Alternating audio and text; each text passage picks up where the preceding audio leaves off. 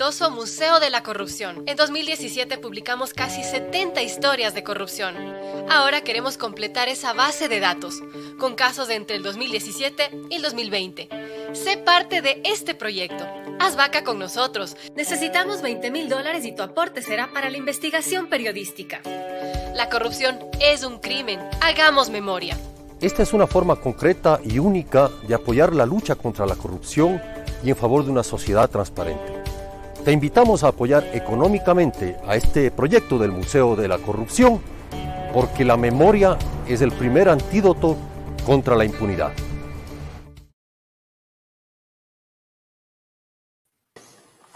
Hola, ¿qué tal? Buenas noches, bienvenidos al programa.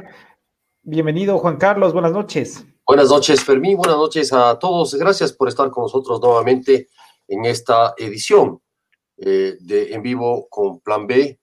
Estamos transmitiendo en nuestras cuentas de Twitter y de Facebook, @revista Plan B. Bienvenidos. Y esta noche empezamos comentándoles que tuvo lugar una audiencia en una corte del Distrito Sur de Nueva York, ubicada en la ciudad de en la localidad de Manhattan, en la zona de Manhattan, en Nueva York, en donde los abogados del país advirtieron de un incumplimiento masivo y en cascada de los pagos a los tenedores de la deuda externa si es que fracasa la renegociación. Esto ante la jueza que lleva la causa, que ha sido formulada por dos empresas norteamericanas que tienen papeles de deuda ecuatoriana, según alegan ellos. Varios cientos de millones de dólares en papeles de deuda ecuatoriana han presentado ante un tribunal federal de los Estados Unidos una querella contra el Ecuador, alegando que se están violando las leyes federales y que además la propuesta ecuatoriana les ofrece solo 91 centavos por dólar y es coercitiva en extremo. Los abogados ecuatorianos que comparecieron hoy ante esta jueza que está instruyendo esta causa dijeron que la disputa debe someterse a un tribunal de arbitraje en Londres según los términos de los papeles y por lo tanto que la jueza debe inhibirse de conocer este reclamo en contra del Ecuador. A pesar de los alegatos que mañana continúan, porque la audiencia, según un reporte de Bloomberg al que hemos tenido acceso, la audiencia continúa mañana en horas de la tarde con nuevos argumentos ante la jueza, pero mientras tanto el Ecuador ha postergado hasta el día lunes a las 11 de la mañana la fecha tope para que los tenedores de bonos se pronuncien sobre si aceptan o no la propuesta ecuatoriana de renegociación de deuda. Esta es la situación a esta hora. Hubo un comunicado del Ministerio de Finanzas que es optimista, dice que esto avanza de manera positiva, a pesar de que la jueza todavía no ha tomado una decisión sobre si ordena o no la suspensión del proceso de renegociación, cosa que podría ocurrir puesto que esto tiene lugar, al parecer, en la jurisdicción de los Estados Unidos. Esta es la situación sobre los bonos que habían sido, la renegociación de los bonos que había sido anunciada como una cosa prácticamente segura, Juan Carlos. Sí, efectivamente, luego hablaremos ya del tema con mayor profundidad con la economista Vilma Salgado, no solo obviamente de los bonos, el tema de la deuda externa, sus procesos de renegociación y el impacto que tiene en nuestras vidas como nación y como ciudadanos. Y en otra noticia de naturaleza económica, el gobierno pagó o anunció ayer el pago entre 82 y 83 millones de dólares a los municipios, pero según los cálculos de la Asociación de Municipalidades, los retrasos, sobre todo por concepto de devolución de IVA y otros rubros, alcanzan más de 1.100 millones. Es decir, el abono que el gobierno ofrece es de apenas el 7% de la totalidad de todo lo que los municipios reclaman. Solamente en IVA, en devoluciones de IVA, se estima que el Estado debería entregar a los municipios más de 800 millones de dólares. Por lo pronto, este es el único ofrecimiento que hay, 82 millones que representan el 7% del total de la deuda. Y en otra noticia económica, el PIB de Latinoamérica caerá este año 9.1%, según estimó la CEPAL. Esto en gran medida debido al impacto de la pandemia en las economías de la región, no solamente en la economía ecuatoriana, que sufre de manera particular por nuestra condición de país dolarizado, sino países como México han anunciado un decrecimiento, una caída de 17.3% en lo que va del año, relacionado con la pandemia. Y también... En ese sentido, el Ecuador es un poco incluso optimista porque ha planteado un déficit inicial como previsión de unos 12.000 millones de dólares, que sería un 14% del PIB. Veamos qué va a pasar. Finalmente estas evaluaciones no las hace aún el Banco Central, pero más o menos yo creo que estaría por ahí. Y hablando de la pandemia, hoy se confirmaron 84.370 casos positivos y por lo menos 9.125 muertes según las cifras del gobierno, aunque ahora, Juan Carlos, hay una nueva polémica porque ante la Comisión de Fiscalización de la Asamblea, el ministro de Salud dijo que va a optimizar la toma de pruebas y de pruebas de exámenes de COVID, especialmente de las pruebas de PCR. Esto ha provocado críticas porque se ha entendido como que el gobierno, en lugar de aumentar las pruebas como debería, piensa disminuirlo. Esto en contraste con lo que ocurre en Chile. Por ejemplo, Chile ha realizado hasta hoy 1.601.118 pruebas de COVID, mientras el Ecuador va por las 238.224. Y ojo que en esto estamos contando las pruebas rápidas que el gobierno también da por buenas. Esto quiere decir que Chile, que es un país con una población similar, aproximadamente ha hecho en lo que va de la pandemia 7 veces más de pruebas que nosotros.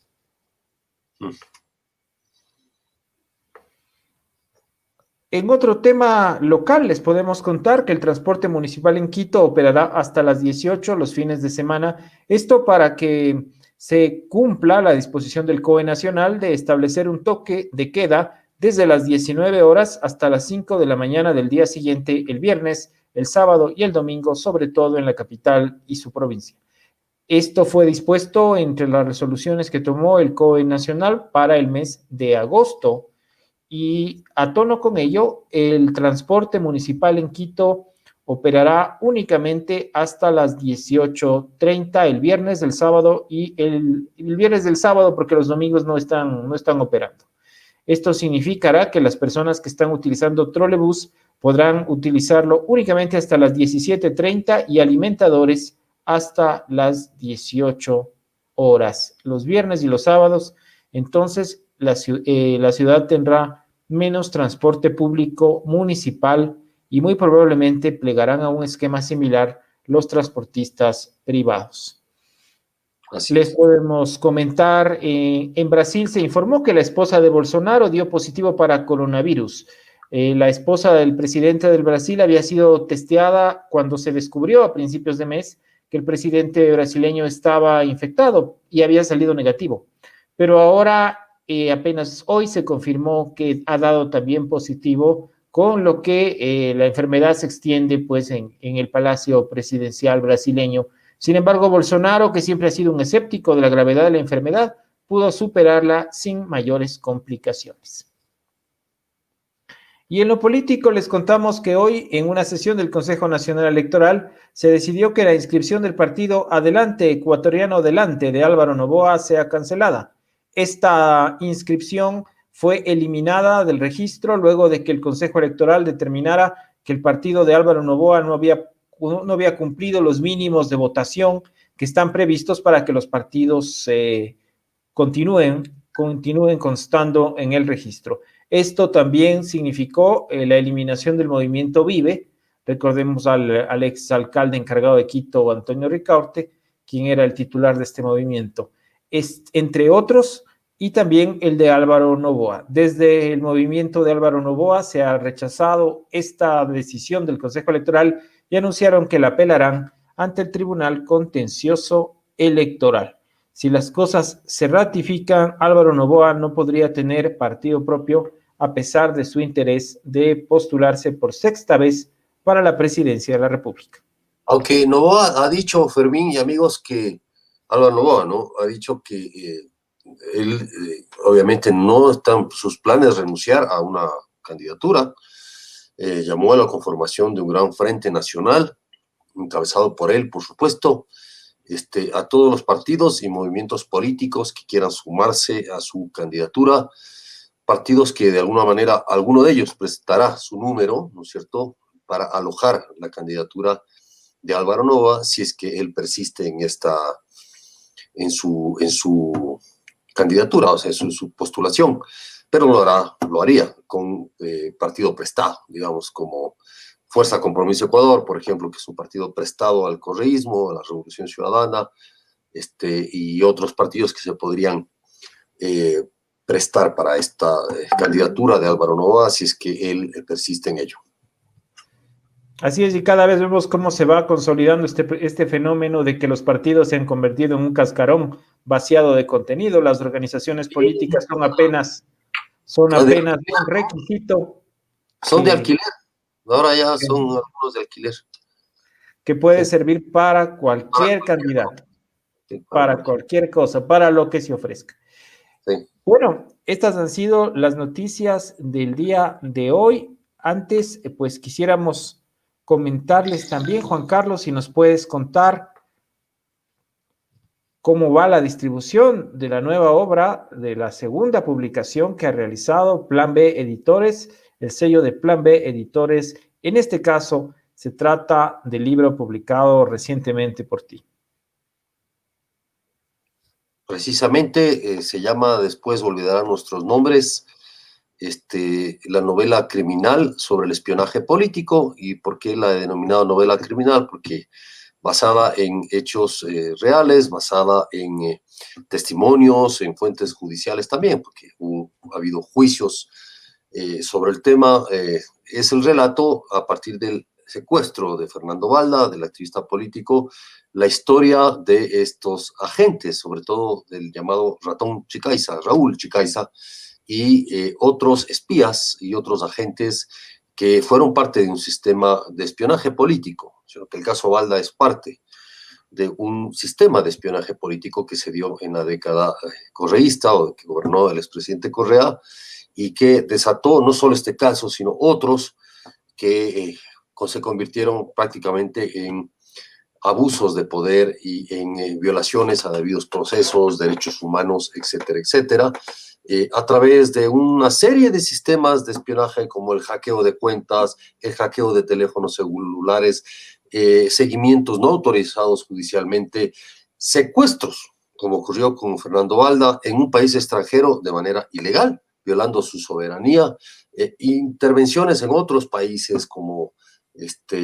Panamá, Perú, Estados Unidos, etcétera, etcétera, la contratación o la relación con empresas oscuras como Hacking Team, por ejemplo, el papel de la CENAIN, el papel de la Dirección General de Inteligencia y la Policía Nacional en estos hechos. Es una historia fuerte, potente, que les ponemos a su consideración. Está de venta en librerías Rayuela, Española, dinediciones.com y próximamente en otras importantes cadenas de librerías del Ecuador que estamos negociando, Dios mediante, Fermín. ¿Y se hace entrega a domicilio también, tengo entendido? También, ¿no? Se hace a domicilio los pedidos que quieran hacerlo directamente a través de nuestras cuentas, con mucho gusto, nuestras cuentas en redes sociales. Bueno, ya saben ustedes, entonces les recomendamos este nuevo libro de Plan B Editores, Después olvidarán nuestros nombres, la novela criminal sobre el espionaje político de Juan Carlos Calderón Vivanco. Y ahora queremos dar la bienvenida al economista Vilma Salgado, con quien vamos a analizar la situación de la economía nacional y este reciente hecho que estábamos comentando al inicio del programa, cómo hay ahora una disputa judicial en un tribunal federal en Nueva York para parar esta renegociación de los bonos que el gobierno había dado por absolutamente cierta. Buenas noches, economista. ¿Cómo está usted? Buenas noches, muchas gracias por la invitación. Sí, realmente a nivel internacional se ha registrado en numerosas ocasiones este tipo de demandas por parte de tenedores de bonos muy agresivos que tratan de someter a los países a sus condiciones. Pero en este caso, yo creo que si revisamos el manejo que ha hecho de la deuda el actual gobierno, encontramos que el mismo gobierno sentó un antecedente, a mi juicio, nefasto, ¿no es cierto? En el momento en que anticipó el pago a una parte de los tenedores de bonos en el mercado, en plena pandemia, es decir, entre marzo y abril del año en curso, anticipó el pago de bonos pagando 1.132 millones de dólares. ¿Y qué es lo que hace esto? Violando un acuerdo, una norma que existe a nivel internacional, según la cual un país tiene que pagar en forma igual a todos. Es decir, no puede pagar solo a una parte de los tenedores de bonos, es decir, no puede dar lo que se considera un tratamiento privilegiado. Y en el caso del Ecuador, pues dio un tratamiento privilegiado y es más, les pagó al 100%, es decir, al valor nominal. Cuando en el mercado esos papeles, los bonos son papeles cuyo precio fluctúa en el mercado. En un momento determinado, los precios, la cotización de esos bonos en los mercados secundarios cayó al 20% del valor nominal. ¿En qué momento cayó al 20%? Bueno, está muy vinculado al riesgo país. Cuando caen los precios del petróleo, el riesgo país se dispara. O sea, ¿qué quiere decir el riesgo país? La percepción de los acreedores del riesgo de que ese país, cuyo aumenta, pueda incurrir en no pago de la deuda, ¿no es cierto? Entonces, ahí se está en la central de riesgos. Es decir, en realidad todos los países están siempre calificados, tienen una calificación por las agencias calificadoras de riesgo que toman en cuenta una serie de elementos, pero en el caso del Ecuador un elemento fundamental es el precio del petróleo, en la medida en que es uno de los productos más importantes de exportación. Y obviamente también se añadió que en ese momento, pues, el Fondo Monetario Internacional no realizó el desembolso que había estado programado, lo cual también hizo pensar que se iba a romper esa negociación y que el Ecuador iba a entrar en mora. Entonces, en ese mismo momento habría que ver cuál es la cotización de esos bonos en los mercados. Es una cotización fluctuante. Aquí hemos visto, se recibió una denuncia de que hubo una compra de esos bonos cuando estuvieron en su nivel más bajo por el 20% y de que al poco tiempo el viceministro de Economía, uno de los viceministros, hizo unas declaraciones en el sentido de que el Ecuador sí iba a cumplir con el pago de los bonos, entonces esos bonos subieron obviamente de valor. Y si en este momento el país está negociando el pago de esos bonos por más del 90%, imagínense ustedes que estos pocos meses alguien que compró en el mercado secundario y que tenía esa información privilegiada y que siguió las declaraciones del Ministerio de Finanzas, pues tal vez cuadruplicó su inversión. Así de lamentable es la situación. Pero ¿a qué se debe esto? Al manejo equivocado por parte del actual ministro de Finanzas, ¿no? Primero tomó unas decisiones muy arriesgadas. En agosto del 2018 realizó una operación con Goldman Sachs, recibiendo el país un crédito por $500 millones, pero puso como garantía 1.200 millones de bonos soberanos del país. Y con una condición que estaba en ese contrato, de que si la cotización de esos bonos cae por debajo del 40% de su valor, el país tenía que completar la garantía. O colocar más bonos o pagar o poner dinero efectivo. Y luego, el 30 de octubre, hizo otra operación similar con el Credit Suisse por 500 millones y nuevamente volvió a colocar bonos soberanos por 1.250 millones. Quizá el ministro en ese momento pensó que no había ninguna posibilidad de que los papeles cayeran a un nivel inferior al 40%, pero eso sucedió y entonces que parece que el ministro se asustó, sobrereaccionó y decidió mejor prepagar, porque esas deudas no vencían, el vencimiento era en el año 2023 y otras en el 2022, o sea, no estaban vencidas, pero se asustó y para retirar las garantías que se llaman colaterales, pagó al 100% del valor nominal. Entonces, claro, ¿qué pasa con el resto de tenedores de bonos? Dicen, si el Ecuador le pagó a estos tenedores, les pagó el 100% al valor nominal, ¿por qué a nosotros no nos quiere pagar el 100%? Y lo lamentable es que en este momento el mundo entero está observando esta negociación, ¿no es cierto? Porque los tenedores de papeles luego van a argumentar a otros países. Decir, bueno, miren, el Ecuador negoció estos papeles a más del 90% y ustedes, ¿cómo así me van a bajar a menos del 90% la cotización? Claro, lo que vamos a tener en el escenario de una crisis mundial, porque estamos frente a todos los organismos lo han reconocido como la peor crisis de la posguerra, similar o peor que la Gran Depresión de los años 30, y eso es bastantísimo decir, el pueblo, todos lo estamos sintiendo, lo estamos viviendo. En ese contexto es evidente que no, los países no van a poder cumplir, aunque lo quisieran, no por falta de voluntad, sino por imposibilidad, dada la magnitud del deterioro de la economía y el deterioro en consecuencia de las finanzas públicas. En el caso del Ecuador, ese deterioro no se debe solamente a la pandemia.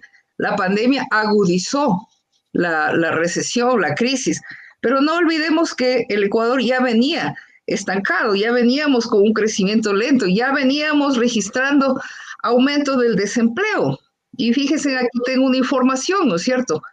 A junio del 2019, la pobreza en el campo había subido del 35 al 43%. Es decir, ya estábamos con más del 40%, casi la mitad de la población en el área rural empobrecida como consecuencia de qué?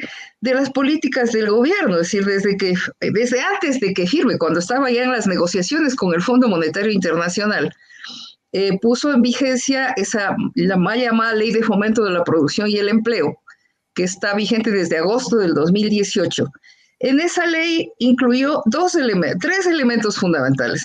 El primero, la condonación de intereses, multas y recargos. Y señalamos en ese momento, cuando el SRI dijo que había deudores que no habían pagado sus impuestos por una cifra de 4.295 millones de dólares, el gobierno, en lugar de cobrarles estos impuestos a quienes no habían pagado, les condonó intereses, multas y recargos concentrados en grandes empresas transnacionales. Es decir, señalamos que la cifra, solamente las 30 mayores beneficiarias recibieron un beneficio de 1.150 millones de dólares. Al término de ese acuerdo, el SRI reportó que había recuperado como un éxito, dijo, 1.260 millones de dólares. Y hasta el día de hoy no ha explicado qué pasó con los 3.000 millones de dólares adicionales. Es decir, y tan irónico el tema, que negoció un acuerdo con el Fondo Monetario por el cual el fondo nos ofreció prestar un crédito de 4.200 millones de dólares, es decir, una cifra inferior al que el gobierno tenía que recuperar por impuestos no pagados. Claro, para que sea aceptada la medida, incluyó masivamente a pequeños deudores con todas las instituciones públicas prácticamente, pero el 80% del beneficio está en las grandes empresas, sobre todo transnacionales, petroleras, telefónicas, banqueros, grandes importadores, es decir, quienes, a mi juicio, habría que explicarse cómo así recibieron este gran beneficio de la condonación. Pero además en esa ley, un segundo elemento que se incluyó son amplias exoneraciones tributarias de todo tipo de impuestos. Y ahí uno se pregunta, dice, pues si el gobierno dice que tiene un déficit, ¿por qué no? ¿Cómo es que concede más exoneraciones tributarias?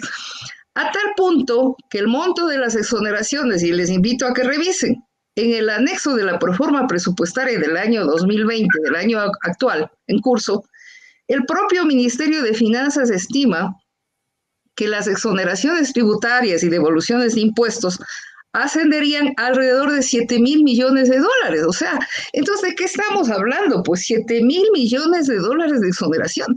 ¿Quién está, pues, debilitando entonces las finanzas? El propio gobierno, pues. O sea, el propio gobierno, ¿por qué? Porque concedió amplias, primero condonaciones, amplias exoneraciones, y luego el paquete de medidas que se ha venido impulsando, ¿no es cierto? Eso sí, mientras se subsidia a los grupos económicos más poderosos, porque exonerarle de impuestos es un subsidio, ¿no es cierto? A usted no le cobro, al otro sí, es un subsidio. Se vienen eliminando los subsidios que de alguna manera llegan al conjunto de la población, por ejemplo, los subsidios a los combustibles. Y lo irónico es que en plena pandemia, cuando en todas partes del mundo los gobiernos y los bancos centrales estaban inyectando recursos a la economía para impedir la caída olímpica de la producción, sobre todo para conservar el empleo, porque esa es la necesidad de los países. En el Ecuador se tomaron medidas impopulares, ¿no? Como por ejemplo el decreto ejecutivo por el cual se eliminaron los subsidios a los combustibles. No nos olvidemos que en octubre del 19 pretendió eliminar los subsidios a la gasolina extra, al diésel, y tuvimos un gran levantamiento popular, tanto que tuvo que echarse para atrás el gobierno. Pero una vez en el confinamiento, la población encerrada y aprovechando además que los precios del petróleo a nivel internacional cayeron como resultado de la contracción brutal de la demanda de combustible por la recesión en todas partes del mundo. La economía paralizada demanda menos combustible y en consecuencia los precios en algún momento incluso cayeron por debajo de cero, que es realmente algo que no se había registrado yo en la historia, ¿no? Economista, Entonces, sí. hay una pregunta tal vez. ¿Cuál es? El gobierno ha asumido siempre, o el discurso del gobierno ha sido que ha estado una permanente crisis económica, la caída del precio del petróleo, incluso al inicio de la pandemia, en cifras menores a cero, un precio que no se pudo recuperar de ninguna manera, y hoy de alguna manera también está levantándose, entre otras razones. También el impacto de la corrupción que dejó el gobierno anterior, es decir, la herencia que tuvo este gobierno también. Al parecer, ciertos sectores olvidan que hubo un gobierno que hizo lo que hizo y que este gobierno es heredero de eso, diríamos que también fue parte de, y que finalmente le tocó pagar las consecuencias. Parece que el país empezó en el 2017 en el tema de crisis económica. No, yo creo que no se puede desconocer los errores y la enorme corrupción que se va descubriendo del gobierno anterior.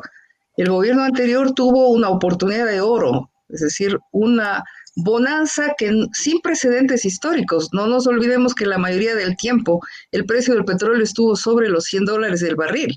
Además, debido a las tasas de interés tan bajas que estaban vigentes en los mercados financieros, hubo una gran afluencia de capital, es decir, tuvimos una abundancia económica que si es que hubiera habido un programa coherente y una sensibilidad nuevamente frente a las necesidades del pueblo, creo que hubiera sido una oportunidad, fue una oportunidad en la que podríamos haber resuelto muchos problemas de la pobreza.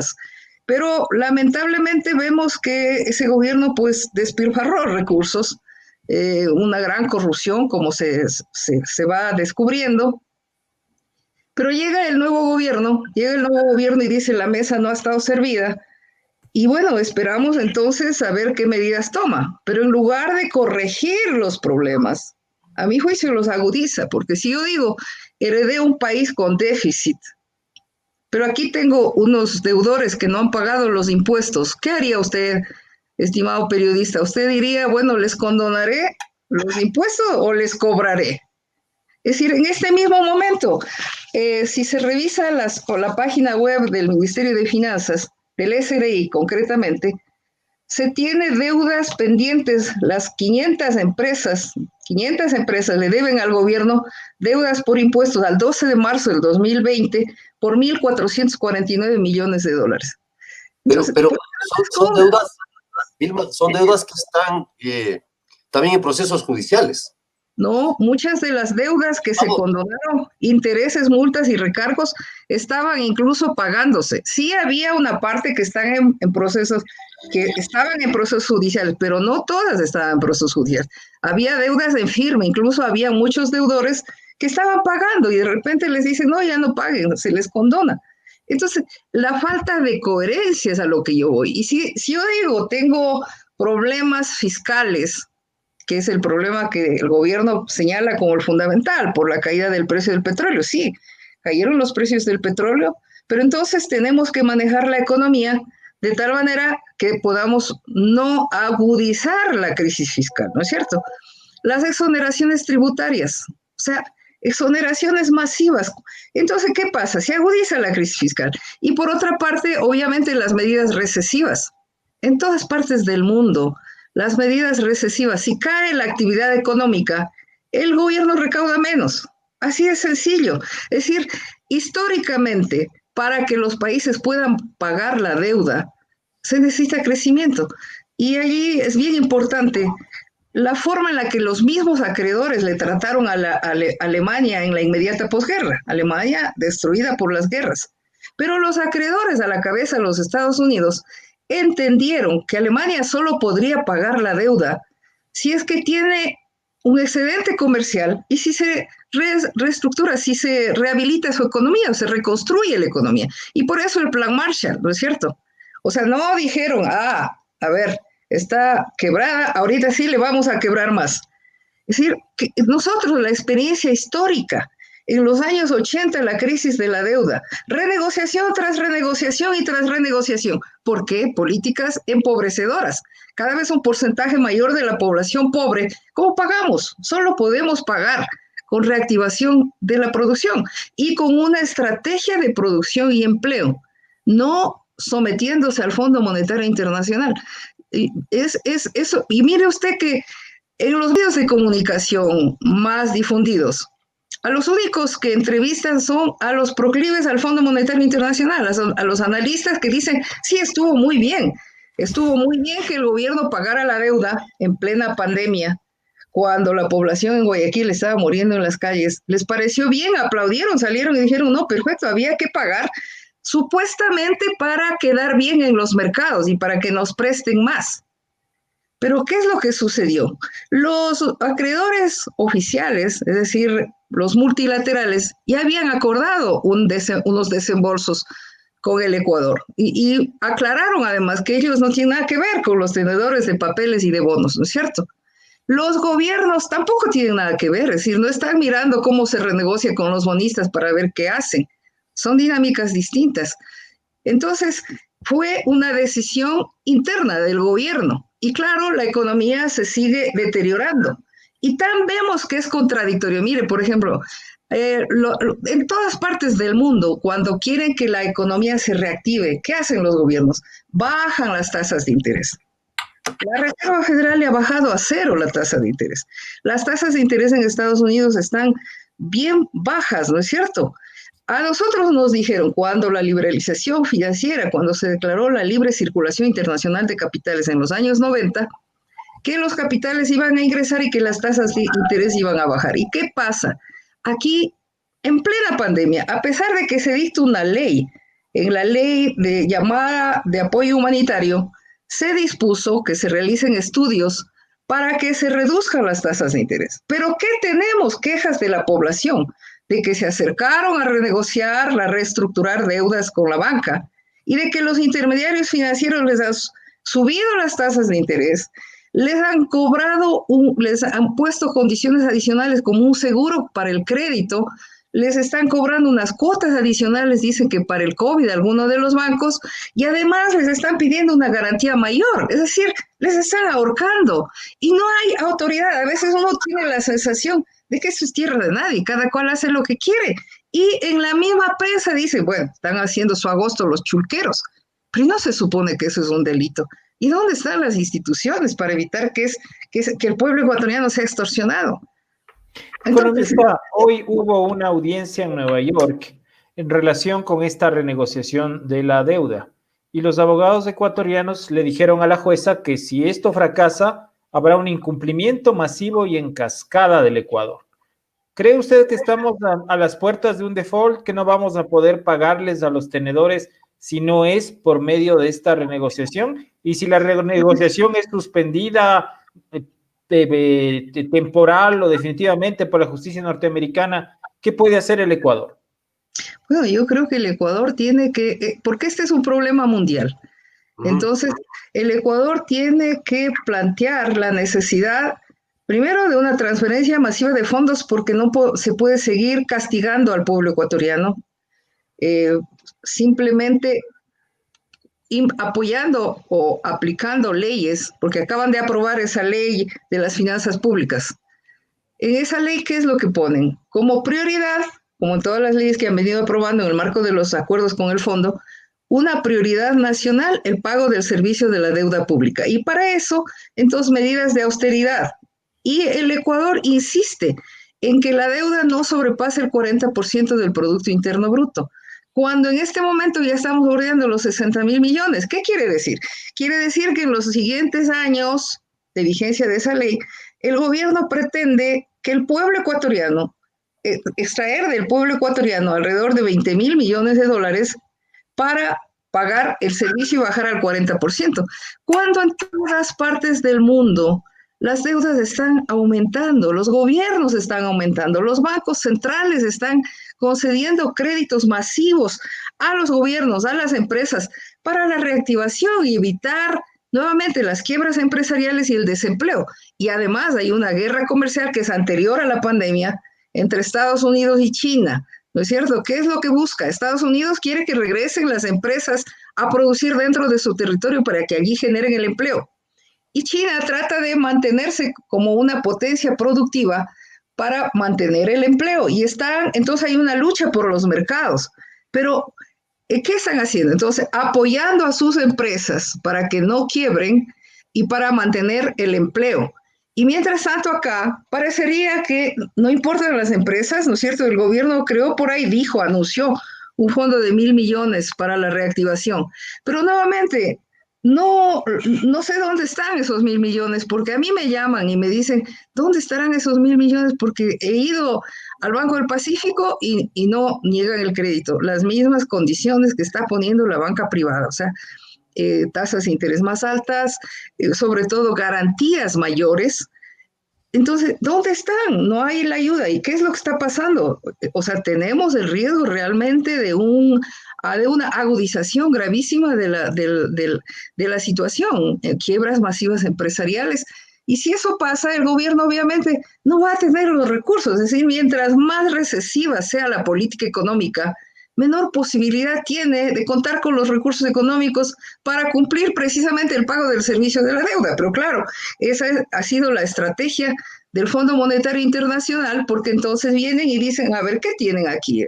No, tienen ahí un banco que sí funciona, tienen un campo Sacha, ¿qué más tienen? Pues ellos mismos valoran y dicen, bueno, paguen con eso la deuda. Pero ¿qué pasa con el conjunto de la economía y de la situación de la población? Un deterioro acelerado, gravísimo. Cuando no es necesario, o sea, el gobierno sí tiene instrumentos que puede emplear. Economista, hay un comentario de Fanny Zamudio y dice, el relato de la tristeza está agotado. ¿Cuáles son las alternativas? ¿Cuáles son las alternativas? Tenemos, por ejemplo, que crear un fondo de garantía alimenticia, porque lo que temo yo, que ya está advirtiendo el Programa Mundial de Alimentos y las Naciones Unidas, es que entremos en hambruna, ¿no es cierto? Incluso han cuantificado. Entonces, ¿le parece a usted que se puede reducir en 20% las exoneraciones tributarias? Creo que es absolutamente factible. O sea, por pandemia, a los que ya han venido beneficiándose de las exoneraciones tributarias, señores, paguen el 20%, esos son 1.400 millones de dólares. De los mismos fondos que están por desembolsar de los organismos multilaterales, el gobierno puede tratar con ellos y decirles, vamos a necesitar que de esos 7.000 millones aproximadamente que están por desembolsar, 1.000 millones vayan a este fondo para garantizar el acceso a los alimentos por parte de la población. Tiene una cantidad de arbitrios. A ver, ¿por qué no renegocian los contratos petroleros? Se está reconociendo costos de producción del 30 al 40 dólares por barril, cuando el costo de producción es alrededor de 18 dólares del barril máximo. Entonces, ahí hay otros 1.000 millones de dólares. Es decir, vea, solamente con 3 medidas, le estoy diciendo 3 fuentes, tendríamos 3.000 millones de dólares. Y con eso, a mi juicio, podemos utilizar la tecnología de la billetera móvil. Sabemos que la mayoría de ecuatorianos tenemos un celular para instrumentar un crédito. El dinero es solo eso, es un sistema de crédito, asignando a las familias fondos para que tengan acceso a una canasta alimenticia básica. Es decir, tenemos que evitar la hambruna, tenemos que evitar castigando a la población. Con ese fondo también podemos empezar a trabajar en serio por impulsar la producción del agro. Los agricultores aquí son, a mi juicio, una especie de héroes porque nos mantienen alimentados, pero no han tenido jamás un apoyo gubernamental. ¿Y qué es lo que eso hace? Eso hace que tienen la productividad más baja. Incluso creo que solo Haití es peor que el Ecuador. Entonces trabajemos por la productividad, pues y ahí se genera empleo. El agro en el Ecuador todavía genera el 28.5% del empleo, o sea, prácticamente, digamos, alrededor del 30 aproximadamente. Entonces, en el agro se puede generar empleo y porque eso es la reactivación económica. Tenemos un enorme potencial productivo, trabajemos y luego trabajemos con una estrategia de producción a nivel mundial. Es decir, no podemos pretender lo que está pretendiendo el gobierno al negociar tratados de libre comercio con Estados Unidos, con los países de la Alianza del Pacífico, cuando ya le han advertido la industria automotriz, la industria textil, le han advertido antes de la pandemia que no estábamos en capacidad de competir con esas industrias. Imagínense después de la pandemia, cuando esas empresas de otros países reciben subsidios, reciben apoyos, las empresas ecuatorianas debilitadas van a poder competir. Entonces necesitamos una estrategia de producción y empleo, es urgente. Y aquí estoy hablando de empresarios y población en general. ¿Para qué? Para conservar los empleos, porque hay una lucha a nivel mundial por definir en dónde se relocaliza el desempleo. Entonces, es importante que las autoridades, que los ciudadanos tomemos conciencia de los riesgos que se ciernen y de que tenemos un potencial. La billetera móvil es un mecanismo financiero que lamentablemente el Banco Central le pasó a la banca privada y la han matado, no la están utilizando. Yo he tenido reuniones con cooperativas de ahorro y crédito que me han dicho que tendrían interés en impulsar el uso de la billetera móvil y que podría empezar con planes piloto precisamente para hacer esto de asignaciones a la población para que tengan acceso a los alimentos. Pero lamentablemente las cooperativas no tienen, o sea, son muy pequeñas, es un costo muy alto, tendrían que agruparse. Entonces tenemos potencial. Esta propuesta de la billetera móvil implicaría, como muchas otras personas han advertido, la posibilidad de ir creando una moneda electrónica paralela independientemente del dólar, y lo cual llevaría básicamente a una salida de la dolarización, que es también una posibilidad, ¿cierto? Mire, la billetera móvil, si nosotros vemos, por ejemplo, el uso que realizan en China, hay países en los que ya no utilizan prácticamente el dinero líquido, dólares, billetes o monedas. Utilizan dinero plástico, tarjetas de crédito, utilizan la billetera móvil, es solo un instrumento tecnológico. El dinero contemporáneo, el dinero actualmente es solamente un mecanismo de crédito. Eso es importante entender, o sea, hasta 1971 el dinero tenía un respaldo en oro.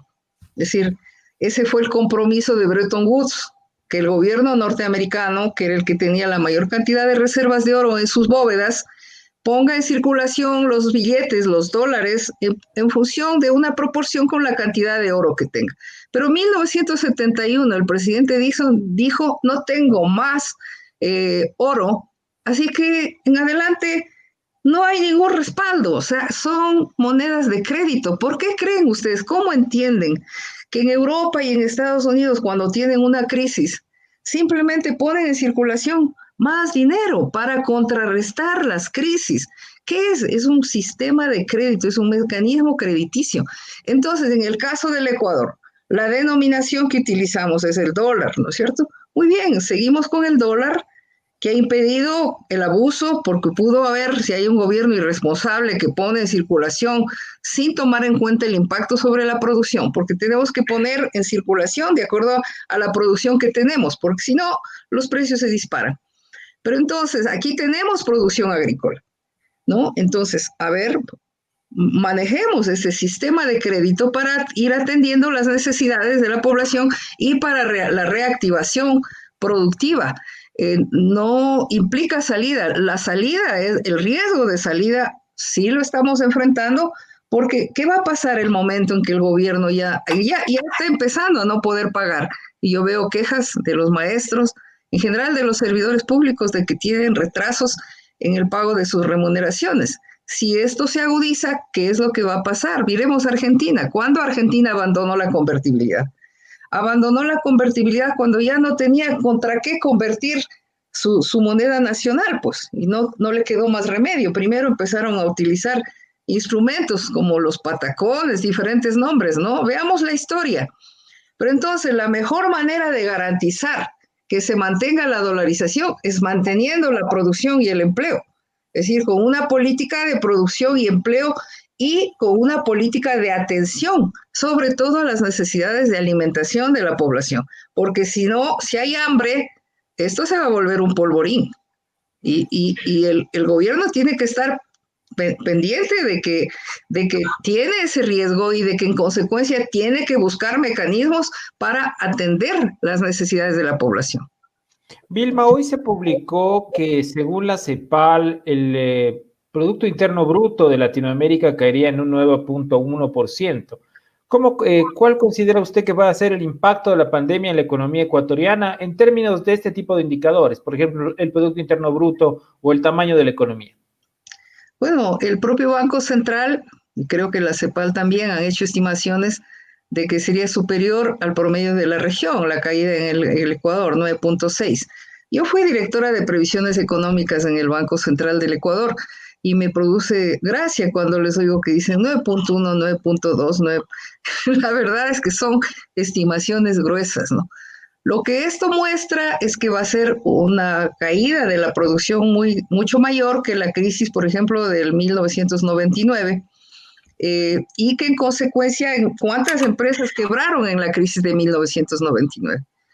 Y cuidado, hay que llamarles atención a los bancos de que no aprieten demasiado contra los clientes, porque los clientes no por mala voluntad, sino por imposibilidad, no van a poder pagarles. Entonces tenemos que todos flexibilizarnos y entender la magnitud de la crisis que estamos viviendo y la necesidad de instrumentar medidas de apoyo. Si, por ejemplo, una reducción de las tasas de interés del sistema financiero nos ha mostrado en la prensa, ha salido que siempre tuvieron utilidad. O sea, la década perdida para la mayoría de la economía ecuatoriana fue una década ganada para el sistema financiero, porque nunca hablaron de una reestructuración o de una reforma financiera. Estaban hablando de reforma financiera latinoamericana a nivel internacional, pero interna no lo hablaron. Y las tasas de interés se mantienen altísimas, sobre todo para los pequeños, ¿no? Cuando yo escucho que les cobran el 30.5% a los campesinos, digo, pero ¿cómo pueden cobrar una tasa tan alta en condiciones en que ni hay riesgo de inflación ni riesgo de devaluación? Estamos dolarizados. Entonces necesitamos una comprensión de la situación económica para poder impulsar medidas que reactiven la economía. De lo contrario, esto se va a profundizar, pues eso es todo, pero con un castigo muy grande, empobreciendo a la población. Y sí hay alternativas, hay muchas alternativas. Listo, economista, muchísimas gracias por su presencia. Creo que ha sido una explicación amplia, contextualizada además, a partir del tema de los bonos, sobre y la reducción de la deuda y las condiciones. Creo que el economista Marco Flores finalmente nos decía, economista, en un coloquio que organizamos en Plan B o con Plan B, que este gobierno se ha endeudado tanto como el anterior. ¿Es verdad eso? Claro, o sea, miren, ahí se ven las contradicciones, ¿no?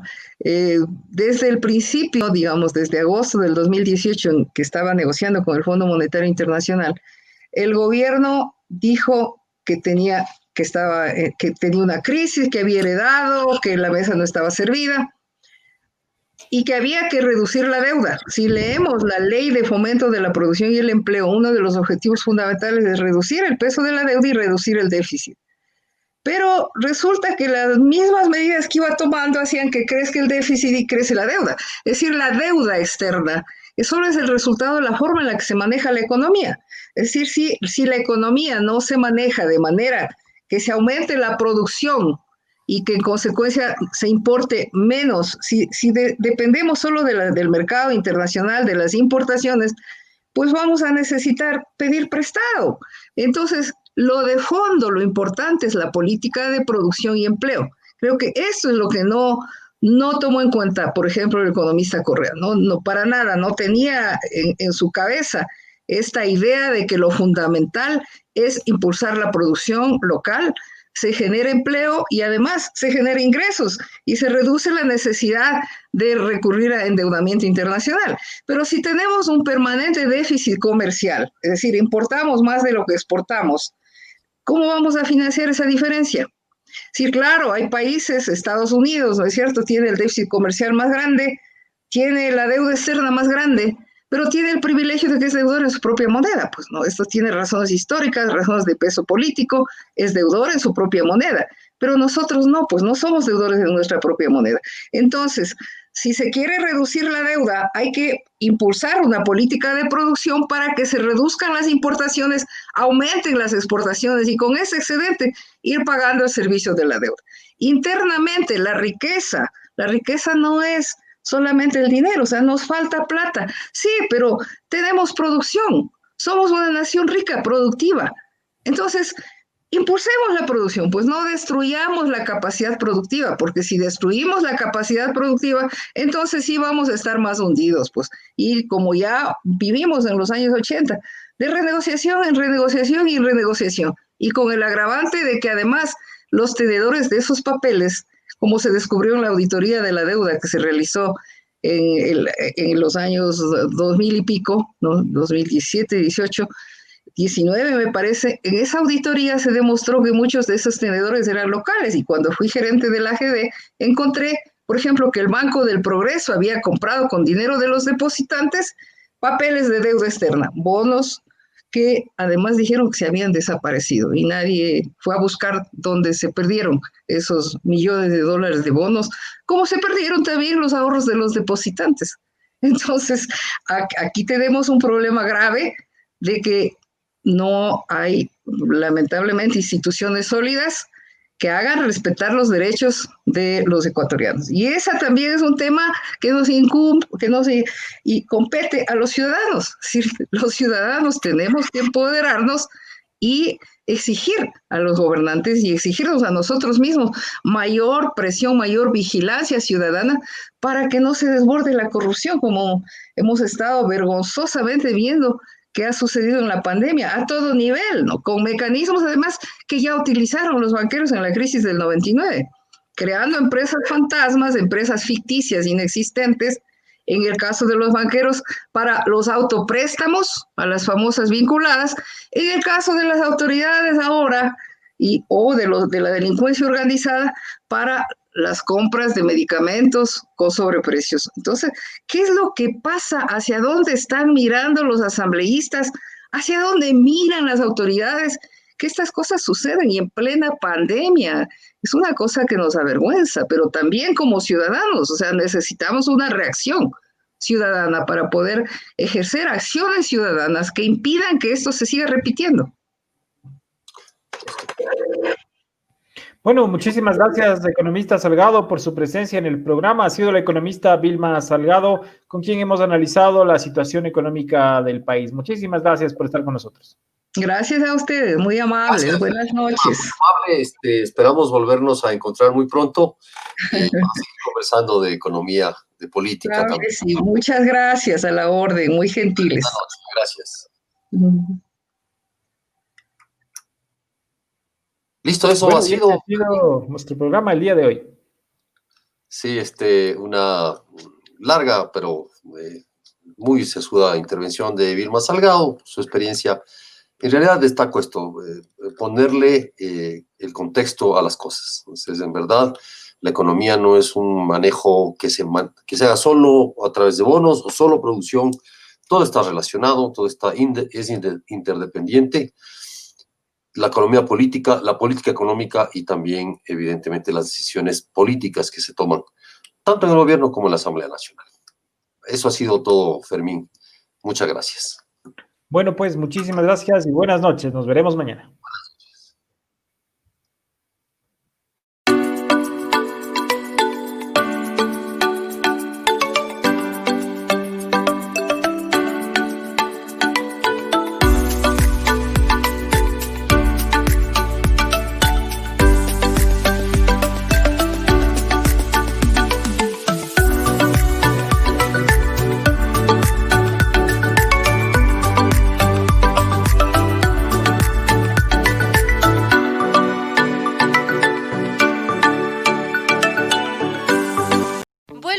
exitoso Museo de la Corrupción. En 2017 publicamos casi 70 historias de corrupción. Ahora queremos completar esa base de datos, con casos de entre el 2017 y el 2020. Sé parte de este proyecto. Haz vaca con nosotros. Necesitamos $20,000 y tu aporte será para la investigación periodística. La corrupción es un crimen. Hagamos memoria. Esta es una forma concreta y única de apoyar la lucha contra la corrupción y en favor de una sociedad transparente. Te invitamos a apoyar económicamente a este proyecto del Museo de la Corrupción, porque la memoria es el primer antídoto contra la impunidad.